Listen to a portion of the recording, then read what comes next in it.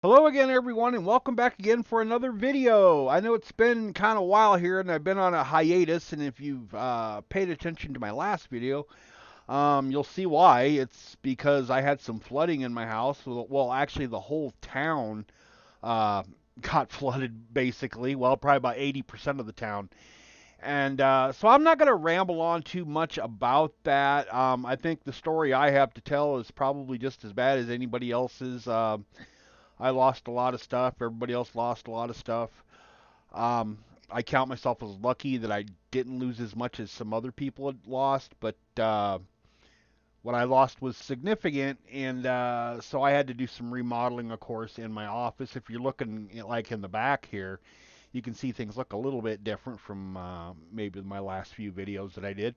But anyways, like I said, I'm not going to carry on about that too much. Today, we're gonna do a new build. We're gonna start out again. I had to rebuild my office and rebuild everything else, and well, time to get back to it and do some builds and do some cases to talk about. And today's case is kind of an interesting one. It's actually been out on the market for several years. It's the Cyber C by CyberPowerPC. Um, I remember seeing this case a couple years ago and thinking I kind of wanted to build in one, but not at the time because the price at the time for the case was, I think, a little bit over $100 anywhere you looked online for it, and I thought that was kind of excessive, and there wasn't much information about it either. Well, uh, CyberPower PC now has this reduced to $43, so it's actually pretty cheap to buy one now if you want to get into building an ITX build. I did email CyberPower PC and I asked them for some information about the case. I asked them, if they could tell me things like, well, how long of a GPU can I fit in here? How high of a clearance do I have for a CPU cooler? Because everywhere I've looked online, you just could not find that information. Well, they emailed me back, and this is all they gave me was this information right here. Um, and then they said, we'd love to hear what you think of our customer service. And I actually give it a bad. I'm unsatisfied because it's not what I asked. But they did give me the dimensions of the case. You can see right here, 38 centimeter on the top, 42 on the bottom, 13 centimeters high. So that tells me a little bit there with the 13 centimeters high. 34 centimeters deep tells me very, very little about the graphics card. But yeah, I mean that's all the information they gave me. So it's like, well, shit. So now I guess I'm just gonna have to go and figure this out for myself. And I was trying to figure out, what kind of build I wanted to do in this, and a couple things actually led me to what I'm going to show you here as we progress along with this case in today's build. Um, the first thing is that I was going to do a Ryzen build in here. I was thinking maybe even a 7600 build. And but the thing of it is, if you go onto CyberPower PC's website, you can actually find pre-built setups there that you could do yourself. Like this one here is a Ryzen 5 5500 setup here. They also have the 5700X setups and stuff like that that you can get with a couple optional graphics cards or whatever. Myself, I would much rather do it myself, anyways. But like I was saying, what really led me to the parts that I'm going to show you today really had to do with the flooding that happened. One of the things that we lost during the flooding was my son's stand-up Pac-Man arcade machine here. It wasn't a total loss. I'm probably able to salvage a lot of the stuff. Well, I have salvaged the stuff. I'm hoping the iPac Ultimate still work. The iPac Ultimate is actually what makes these lights light up on it. Uh, does the RGB controls that on there? But yeah, it was kind of a damn shame that this got flooded out. What had happened? It had tipped over, and half of the motherboard got sunk in there, and so some of the stuff got drowned out on the motherboard. I tried reviving the board. I soaked it in alcohol, cleaned it out, and I thought, I'd get lucky. But no such luck. Um, what was powering this was an i7 3770 and a GT1030. Now we're not going to use the GT1030 in today's build. I'm going to use something else just for the sake of showing you something else here. But we are going to use that i7 3770. Now, like I had mentioned, that motherboard was toast, which is just kind of a damn shame. Um, it was a decent board, for what it was. But I did order a replacement there, and that's going to be an interesting topic for this video as well. But anyways, let me cut this scene here. Let's switch over to the case here, and let's take a look at it. All right, so as you can see, I got the case basically torn apart on the outside here. I took every plastic part that was on this thing off, and I also have some other stuff torn off too, because I'm gonna give this a thorough examination here. All right, so we'll take out the power supply rack there. We'll set that off to the side, and I do have this loose too, and I'll show you this first, starting off with.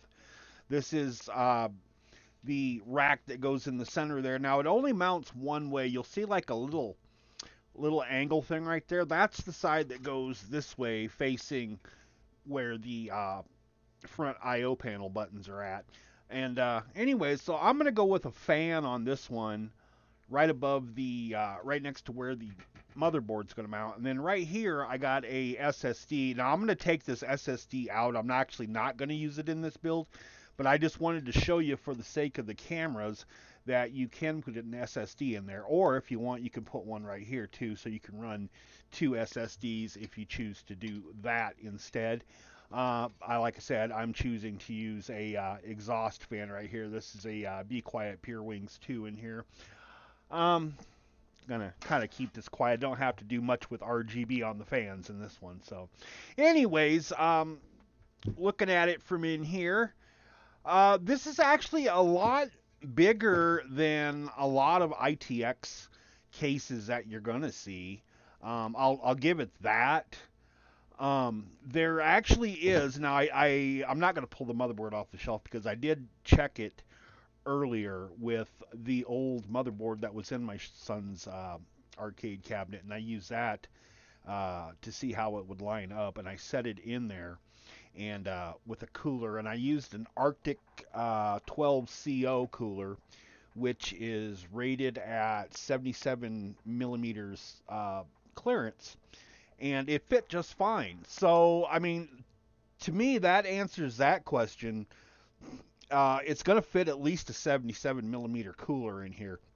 So that really kind of opens up the door for a lot of options. Now, I wanted to use, oh, let's see, here it is, it's up here, on the coming up build, an IS55 in there from ID Cooling, and I was going to replace this 15 millimeter with a 25 millimeter fan, which would work, which absolutely will work. The only caveat and problem that I had, though, was the motherboard that I chose for this build. It's kind of a oddball motherboard, and you'll see that when I whip it out and we talk about that. But the way the fan was set in there was more like right up here, really close to this standoff right here, which kind of bumped with my power button right here, so I really couldn't get that ID Cooling cooler in there because of this. Now I thought of maybe changing that out, but I thought, nah, you know what? I'm just gonna go with a just a simple average cooler like the Alpine 12CO. It's gonna work just fine in here. Main thing is, as long as we're above those ports there where the fresh air gets brought in, which would be right about in here, we'll be good. So yeah, 77 millimeters, like I said, height. Now, GPU is actually going to fit right in here, and it's kind of hard to judge right offhand how much room there is. But here's my ruler, and as you can see, I could take my ruler actually to the wall of this, and this is actually, it'll hold steady there, so we can kind of see. Actually, I guess if we put the ruler, there we go. If we go right about back into there, I'd say roughly, if we look and see it right here, 27 centimeters of space that we can get a graphics card. I mean, that's a pretty long graphics card. You can get a pretty good sized card in this thing. I mean, give it credit for that too. The only thing is that of course, if you do put a graphics card in here, it can only be too high. You know, if you get one of those that's 2.5, ain't gonna cut it.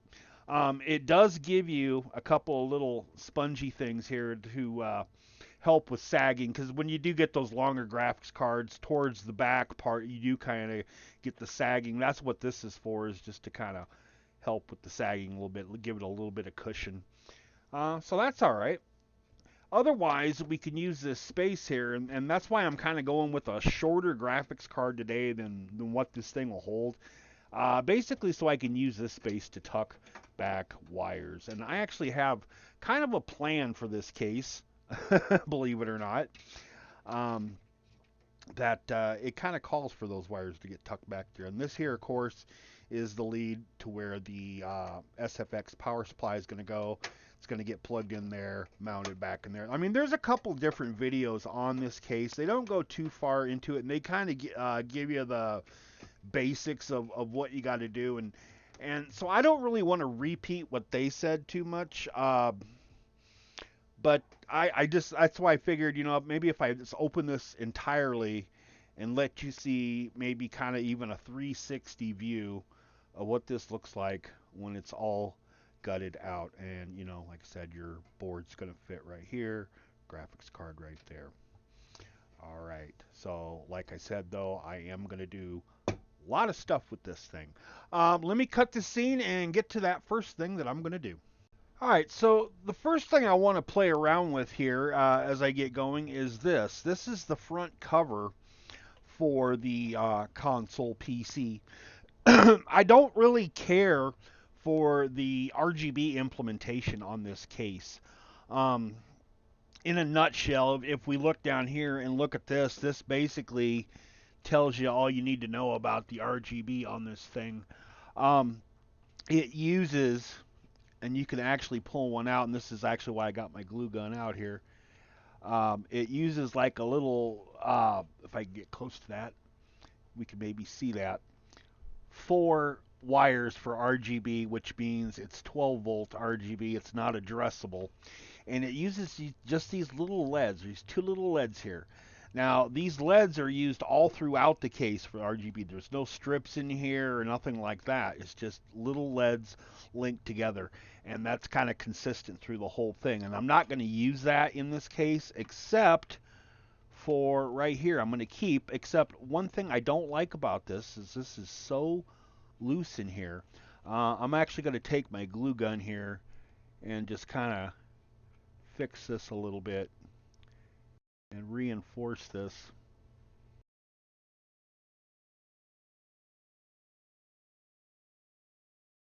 There we go. Just so that it holds a little bit stronger. Another thing I don't like is this right here. This is where the light, you know, gets cast into from here and shines through on here, and it shines through there. Well, I didn't really like the color of that when I was testing this, so I'm going to fix that too. And I'm going to fix that with just a little piece of holographic vinyl wrap here. I'm just going to take that and I'm going to set it on there, and I'm just going to have a little bit of fun with my glue gun here. I'm going to glue it down little bits there. I need to reload my glue gun. Hold on here. Put another stick in there. There we go.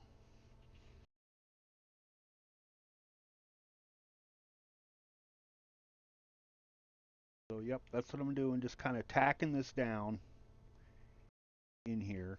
And I'll probably have to hold this while the glue dries. Tell you what, I got the camera in my way. Let me cut this scene. But yeah, that's the first thing I'm doing here is I'm fixing that button, the way it shines through, and I fixed the wires on the button. Let me finish fixing this, and then we'll cut to the next part that I'm playing with.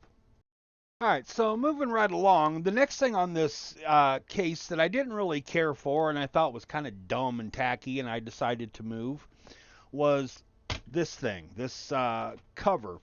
This is the lid, of course, you know, where it's got like the Syber logo on it and what have you, and it's got like your intakes right there. I didn't really see the point of this, so I actually went ahead and took the screws out for this, and I'm going to remove that and run with just this.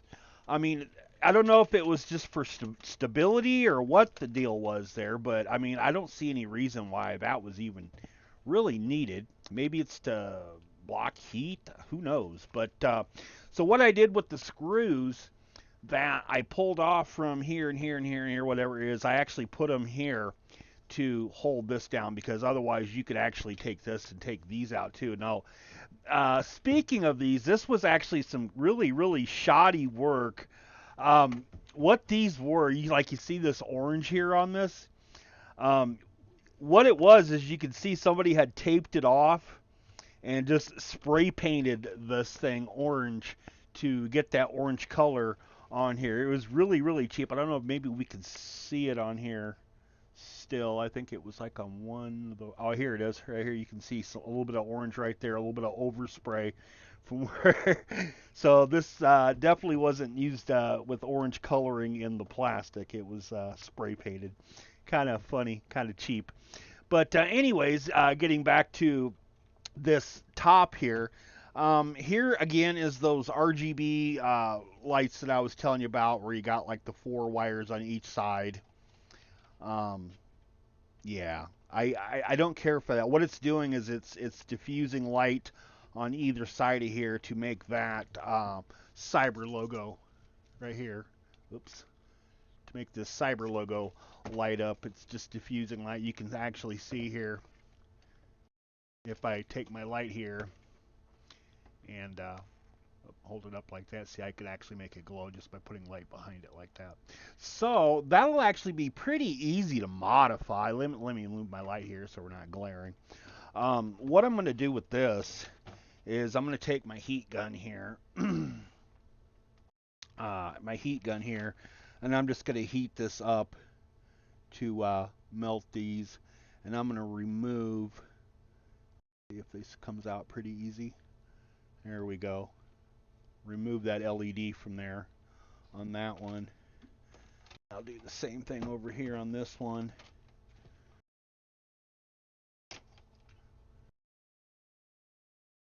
I'm going to hold my heat there, warm it up. A little wiggle. There we go. Got it out of there. Put it back over there. I hate that new glue gun that I got there. It kind of sucks. I got it at Walmart because I didn't have time to wait for Amazon to deliver me one, and it kind of sucks. But anyways, so now that that's out, I can actually replace that with something else. Let's see, which way do I want to go? I want to go this way because that's the side the fan's going to be on. What I have here is a RGB strip from one of these DDR covers. I've done this hack before. I'm going to use it in this case. I just need to measure out where I want it, really. How far off I want to go here. Maybe there. Looks about right.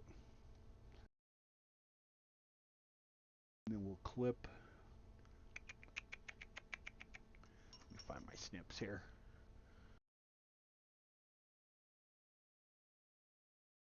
Oops. Snip this right there. That went flying. There we go. Snip it right here.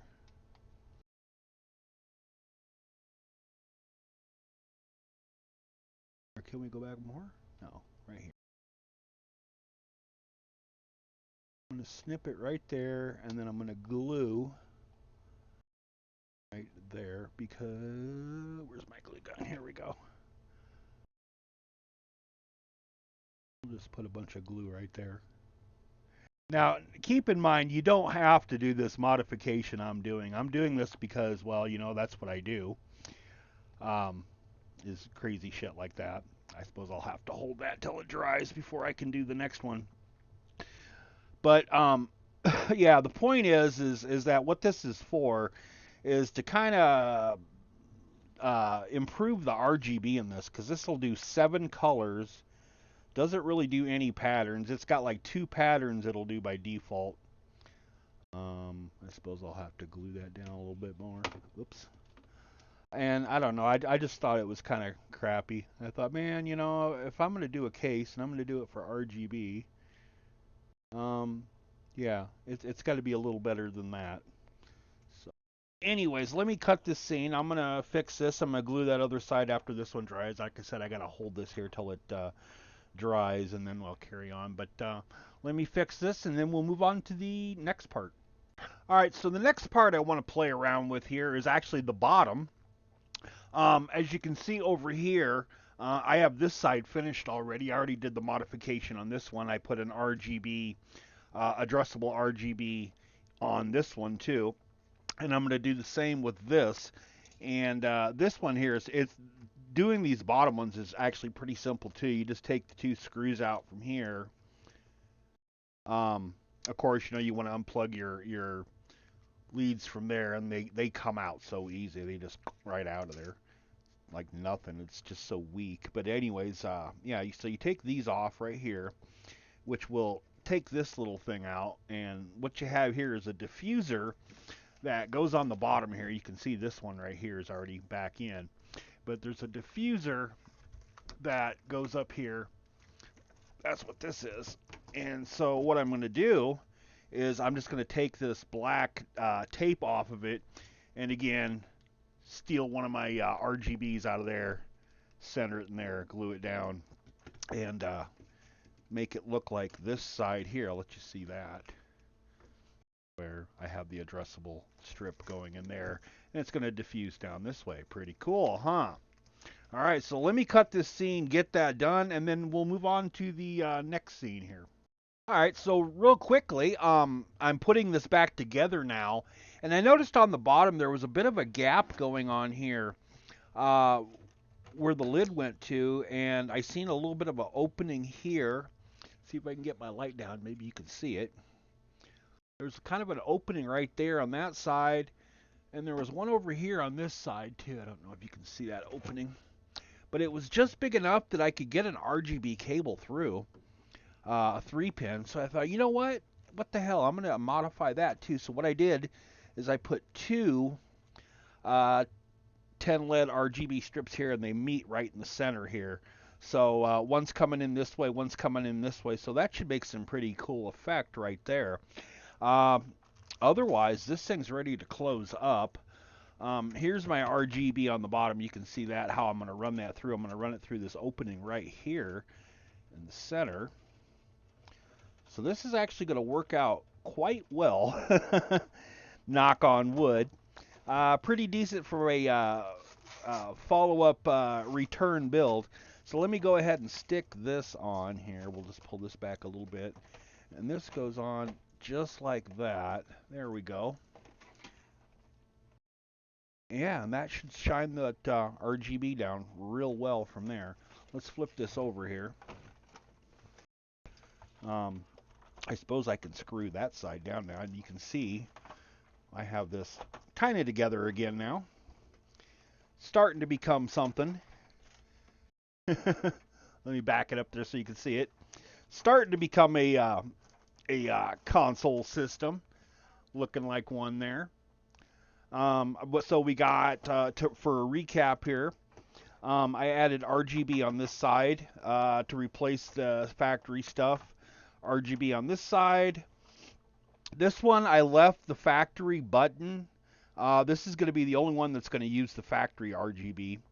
I replaced the RGB on the lid, and then I also added 2 RGB strips here, so for a total of 5 addressable RGB strips that I put in here just to modify this case. And we haven't even got into building yet. All right, let me cut this scene here and we'll carry on with this build. All right, just to give you a little bit of a sample here, I guess, of what the RGB is going to look like.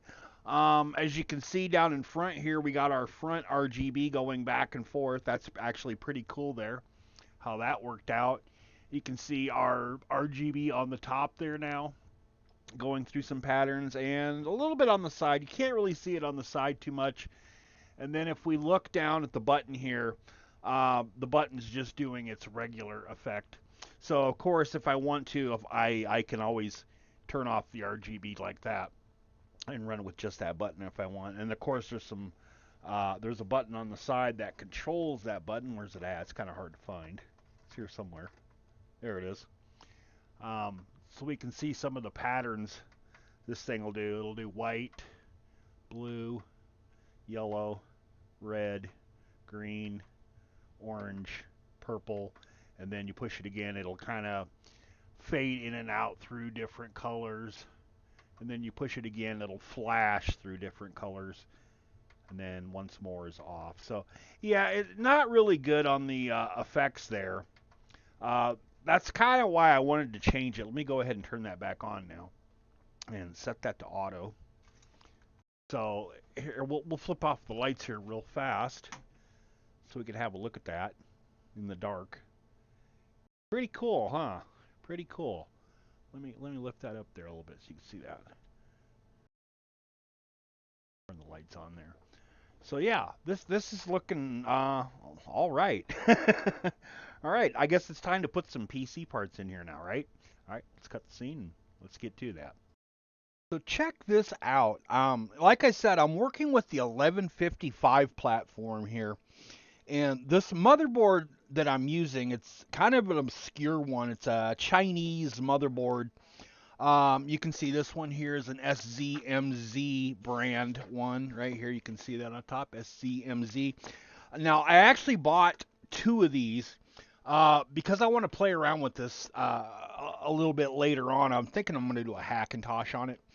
But anyways, I bought two of them. So I got an SZMZ one and then a Jingsha whatever brand. They're both the same board. They look the exact same. The only real difference that I've noticed on it is the back plate that they sent me here. Now, let me put it there so you can see it. On the back plate that I got from the Jingsha one, it actually had a couple extra little tabs here that you could poke out to, you can see right there how I've got my Wi-Fi antennas mounted on the back there for the Wi-Fi on this board. But anyways, getting back to this board, it's a really interesting board for the most part because it does have right here a network slot right here. I got a Wi-Fi 6 card in this, and then right here we have an NVMe slot. Now, of course, the NVMe is not going to run as fast as it normally would when you put it in here, more like a Gen 1 type speeds, and that's basically because of the speed of the PCIe lanes and what have you. But anyways, this is pretty much a full-featured board here. It's got USB 3 right there. It's got another USB header right there. Your audio headers right there. Here's our front header port, speaker, 4 SATA. So you can get 5 drives on here total. One of the things I do not like about, actually there's two things that I do not like about this board is, we'll show you here, right here and right here is where the CPU and the fan header are for the system fan. And you'll notice these both are 3-pin headers here, so there's no PWM in this at all. Looking in the BIOS, there was no settings at all that you could even adjust it. There was no way to even know how fast it was even spinning. I didn't really care for that too much. Otherwise, another thing that I thought was a little off here on this board is you look right here. This is, of course, where the CPU cooler would mount. There's a little plate there. You can see how that lines up. Now look how close that is to the mounting hole here. Now, it's probably not going to be an issue for the most part, but when I put it into the case here that I'm using, it was a kind of a tight fit because you have like that cable that's coming up for the power right here that gets plugged in there. So and then the cable goes like right through here, so it was really, really close here, and which made the fan kind of close looking there on it.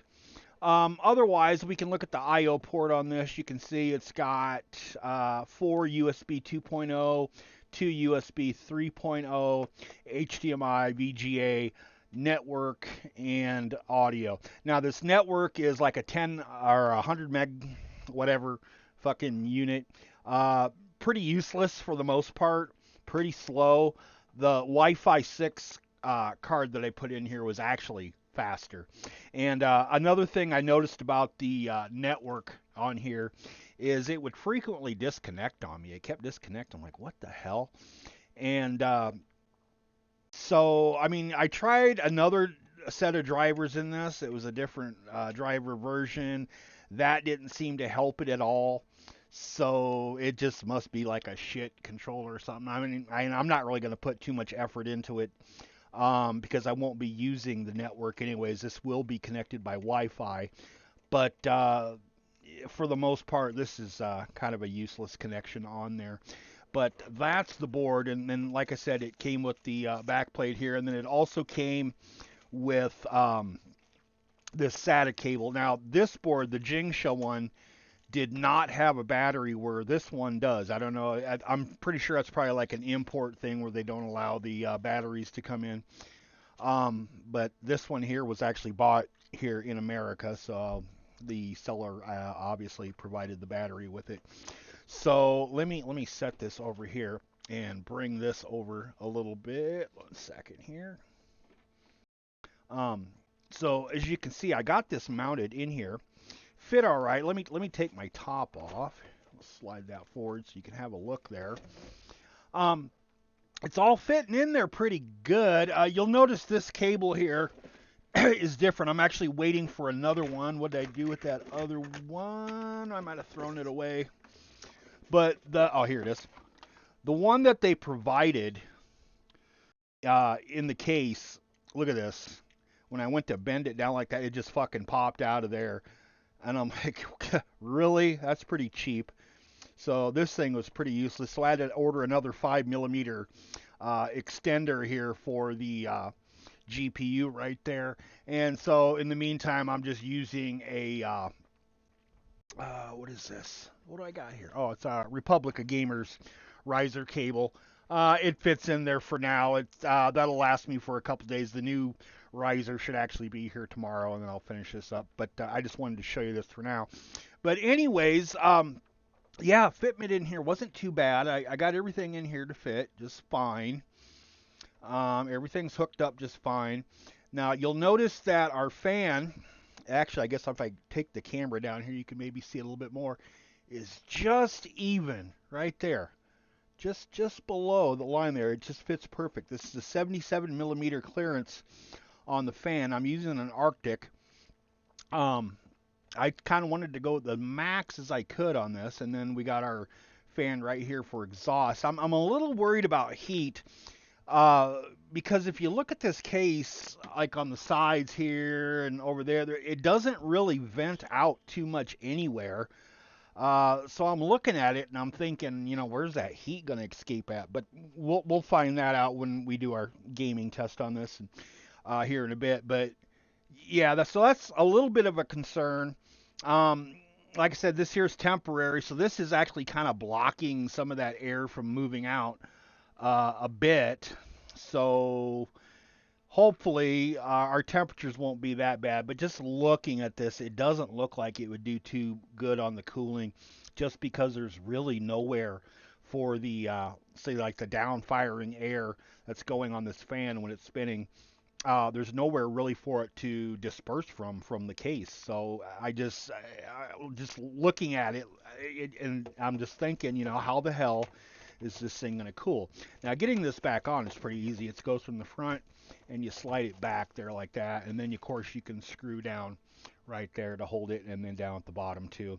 But we'll do that in a bit. But first, let's boot this up, look at some stats on it, do a little Fortnite on it, and then, well, before we do some Fortnite, we'll show you the final on this. I'll show you what it looks like here, all powered up and running. But the other component we have here is an RX 580. Now, this is one of those RX 580, was it 2048? It's a Japanese SKU, or excuse me, Chinese SKU.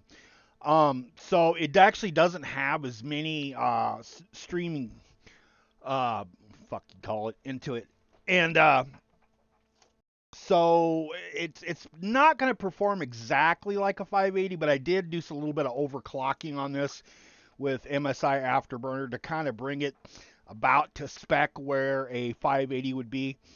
Now, total cost on this so far, altogether is actually just a little bit under $300. And all the parts can be found on AliExpress for just under $300 if you group them all together. That would be like the iCore 3770 or the Core i7. I cannot talk today. That's been a problem all day today. I don't know. Maybe my mind's going. But anyways, Core i7 3770 RX 580, 16 gigs of RAM, 1 terabyte NVMe drive, plus our motherboard, plus the Wi-Fi card that I put in there too for our Wi-Fi, plus the cost of the case, plus the power supply. Everything.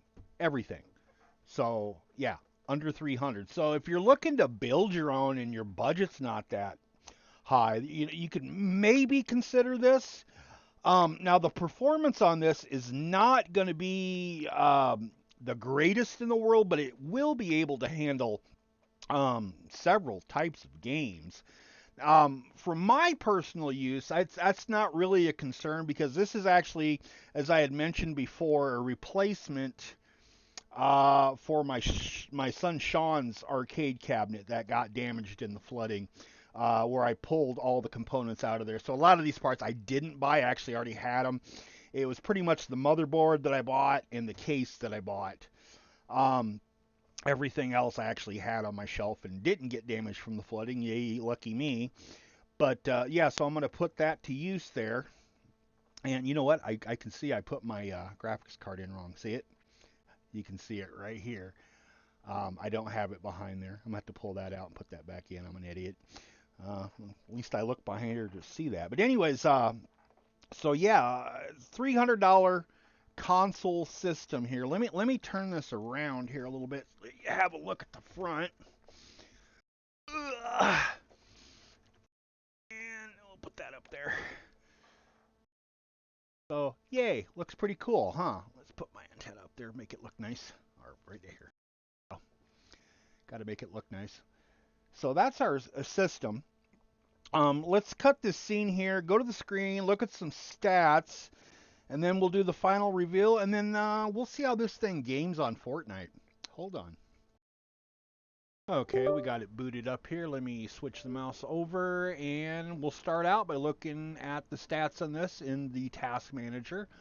For CPU, as I had mentioned before, we're running a Core i7 3770. Memory, we are running 16 gigs of DDR3 1600 speed RAM. Disk 0 is actually going to go later on. This is just so I could show you that it will fit another SSD drive in there. That was just a throwaway one that I got in there. It's an old 256 that I put in there just for filler. The main hard drive, of course, is an NVMe 1 terabyte Orico J10, actually. And, of course, our GPU, as I had mentioned, was the RX 580 2048 SP, which, of course, is a Chinese SKU. So it doesn't have as many shader units as we normally would see in a 580. But, like I said, all in all, under 300 or just at 300, maybe even if you look on eBay, or shop around or look around. You might even be able to find the parts even cheaper than that for a totally new system. Now you notice it is running Windows 11. I did the usual. Now, Windows 11. This I'm kind of digressing here onto a different topic. The way I do my Windows 11 installs now is I don't use Rufus anymore. I actually just use a unattended uh, access file, XML file that will do all the stuff for me, like taking out the requirements for the RAM and the TPM and what have you. And it also is nice because I can take out all the junk apps before it even gets installed. But maybe I'll do a different video on that one of these times. Excuse me. Let me take my camera here and we're going to switch. Oh, let's look at some other stats first before I do that. First of all, we'll start out with Crystal Disk Mark. Now, as I had mentioned, it is going to get some better speeds than what like a SATA SSD is going to get. As you can see right here, this one here is pulling 1555 on the read and 1578 on the write. Now, it was kind of weird that I actually see something that where the writes are better than the reads, but it is what it is. So of course this is a NVMe Gen 4 that's in here right now, but obviously we're not getting that type of speed. We're only getting like the 1500, which is more like a Gen 1 type speed, but that's still 3 times faster than what a SATA is going to give you. So there is something to be gained here by using that NVMe. Now, would I recommend you buy this board? Well,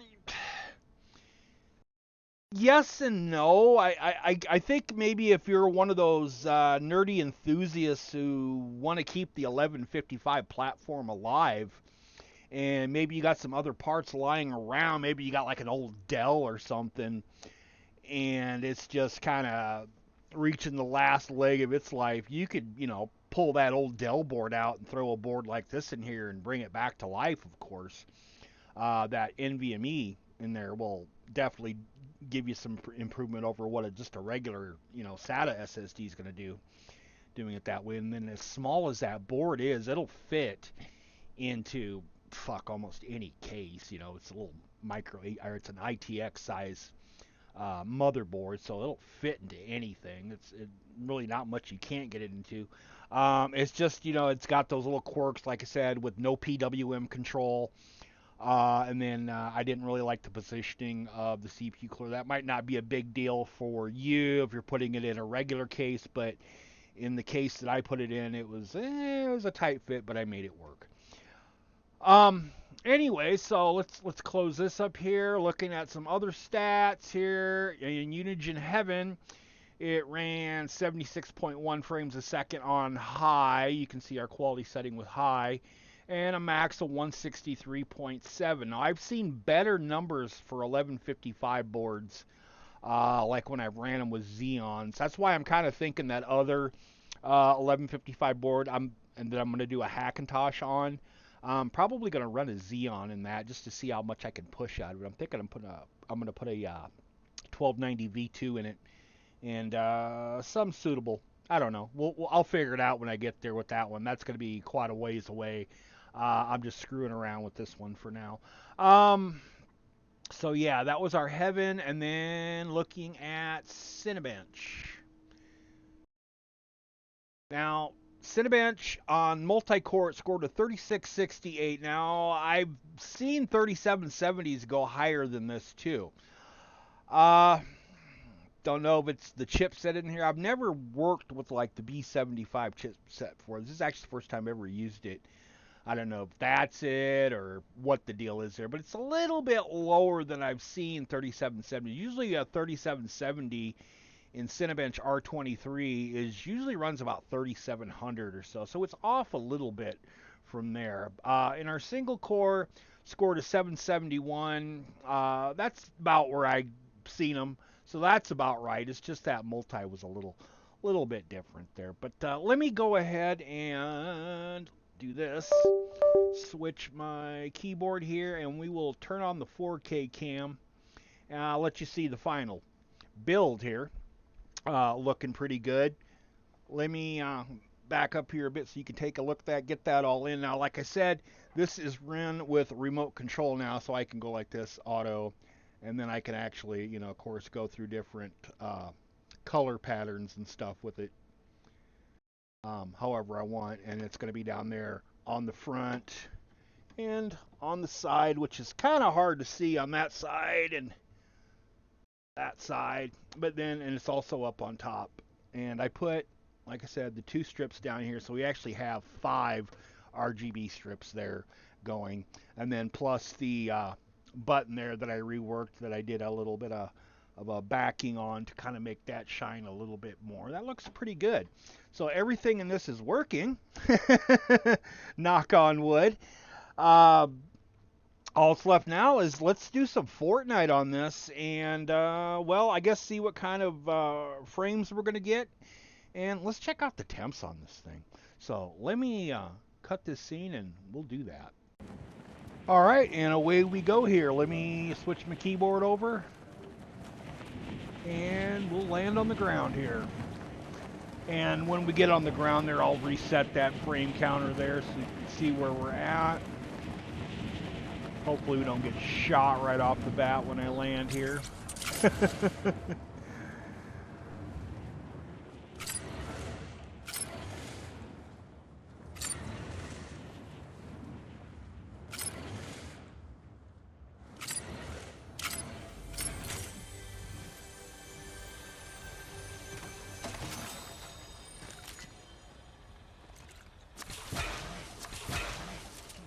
Well, I got a gun to start out with. Let's see how far that gets us. Oh, balloons. I hate them balloons. I don't know about you guys, but those things are kind of a pain in the ass. Anyways, so looking at our counter here, you can see that we're getting an average of 93 frames a second, running at 104 right now. We'll take off in our car here and get the hell out of here. Let's get out of the car.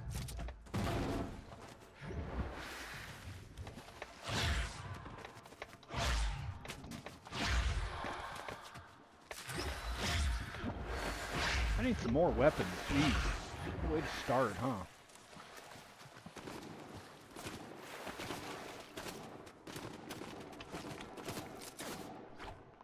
Shit, somebody shooting at me? Did I just see a bullet fly by? There it is. Where's that dude?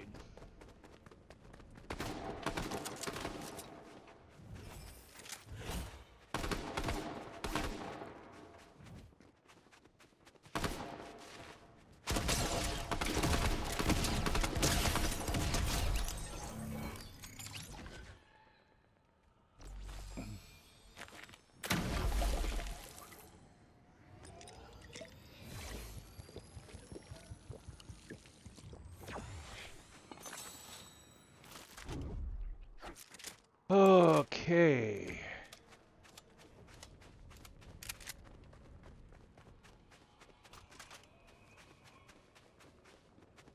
So, pausing for a second here, 96 frames average on low. Let's go ahead and change this setting to medium.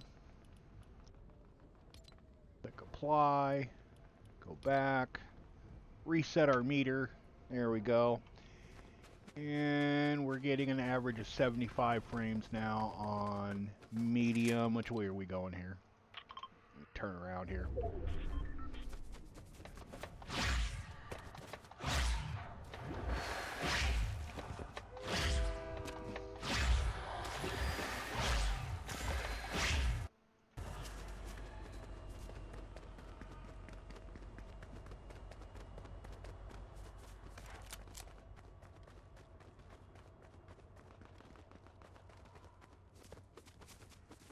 See if maybe we can get into a little battle here.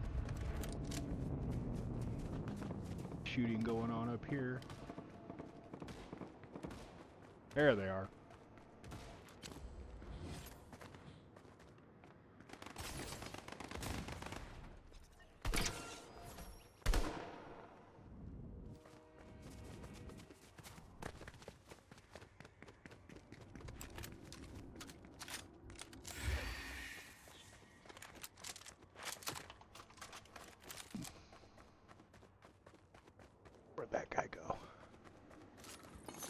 gonna steal all their shit.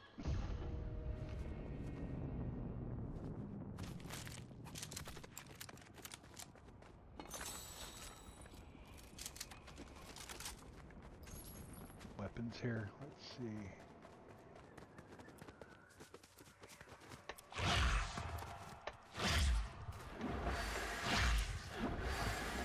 So it looks like 71 average on medium. Let's go ahead and hide. And we'll switch this up to high. Apply. Back. Reset. Okay.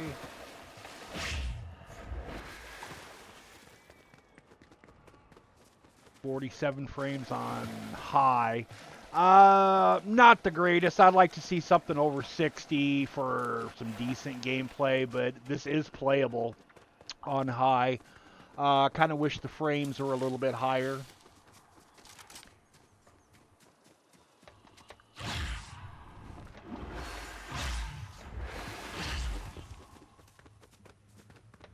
So that tells me, before we even switch it to Epic, we're probably not going to get too good of results on this. Let's see here. Let's go ahead and switch this up to Epic. Click Apply. Back. And reset. 47. So it seems like it's about the same on Epic that it was on high, so there's not really too much of a difference. But I am kind of noticing, I guess, a little bit of jittering, I guess.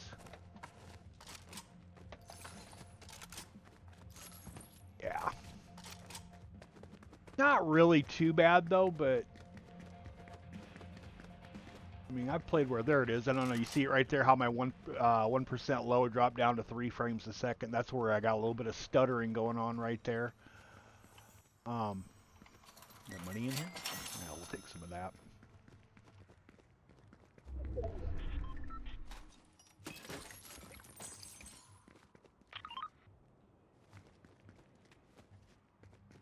So 43 frames a second average on Epic.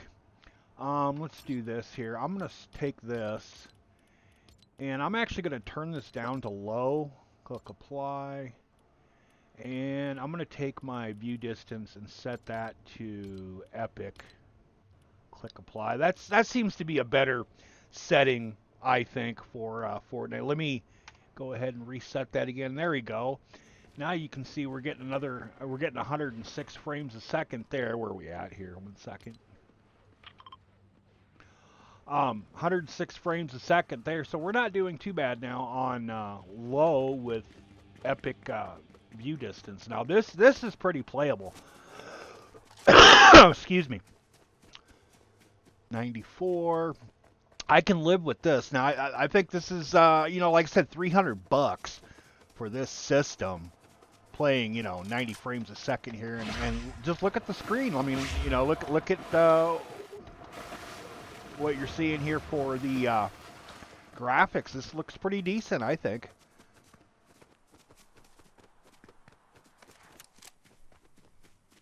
Not bad. See, I usually play this until I die, but I haven't ran into anybody to, fight with.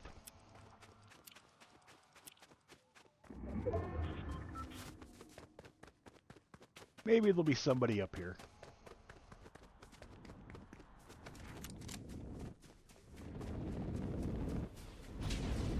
Oh, I hear a jetpack. There he is.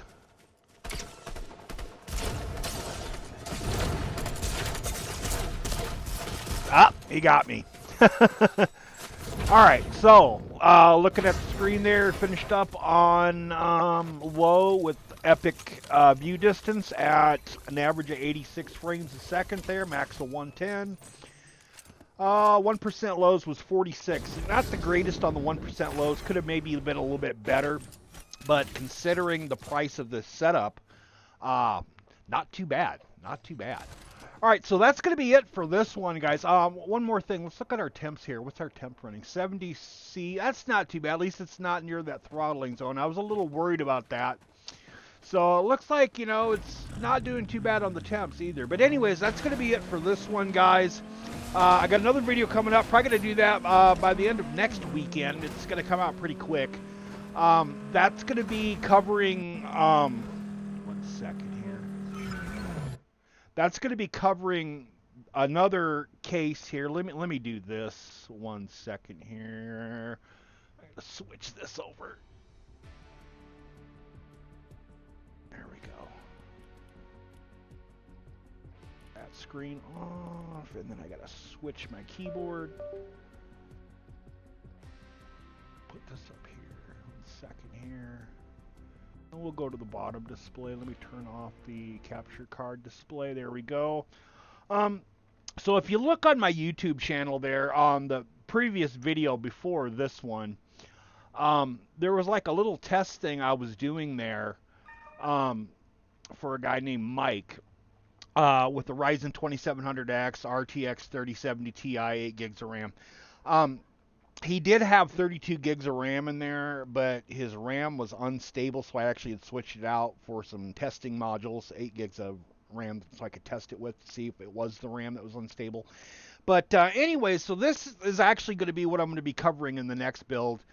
Is his upgrade, and I'm going to do some upgrading not only to his CPU and RAM, of course, but I'm going to work on his case a little bit and kind of dress that up a little bit more. I'm going to rewire it a little bit for him. It was one that actually I'd come across a couple weeks ago. He'd called me up and asked me if I could take a look at it and do a little bit of work on it for him. And I was like, yeah, I could do that for you. But so that's what we got coming up next is that. And that case is, what was that? It's a Deep Cool Matrix 55 case, a black one. So that's what you'll be seeing coming up next. That's the end of this one. Like I said, let me close this up here. All in all, not too bad for $300 if you're looking, to save some money and you want to build something new. Maybe you want to build a console PC. Put a little more effort, a little more money into it. Maybe like $400 or $500, you get, some better frames than what I was showing. But I mean, for me, it's all right. All I'm going to be using this for is mainly Dolphin and then other emulators. And actually, my kids are going to be the ones using it. So no big deal for me on the performance, but it wouldn't be ideal so much as a new one for the money that you would spend. I'd really recommend a board like this and a setup like this for you enthusiasts out there who have like the old 1155 socket CPUs, and maybe it's coming to the end of its life because socket 1155 is almost e-waste. It's almost there, but it's still good for a few things. I mean, obviously you can still game on it, you can still Fortnite on it, just barely though. It's usually it's going to be low or medium settings. As you can see, I was at 1080p, maybe even set it down to 720p, but get a few more frames out of it. Not the worst. So that's going to be the i7 3770 and the RX 580. Now, if you want to know how else this thing is going to perform in games, check out up there at the end of this video here, and I'll leave a link to some benchmarks done on the i7 3770 and the RX 580, and I think it's like 30 different games. And this was kind of a recent video, so it'll kind of give you an idea of how well this combination that I got going on here performs. But anyway, so that's going to be it for me, guys. I will see you in the next video. Like I said, it's probably going to be coming up this week, and then the one after that might be a little bit longer because I am still doing reconstruction and stuff from the flood, man. That just took a hell of a devastating toll on me. But I'm slowly but surely getting things back up to normal. It's probably going to end up being a couple years, but it is what it is. All right, so I'll talk to you guys later. I will see you in the next video. Hopefully that should be out by next weekend. See you around, guys. Bye-bye.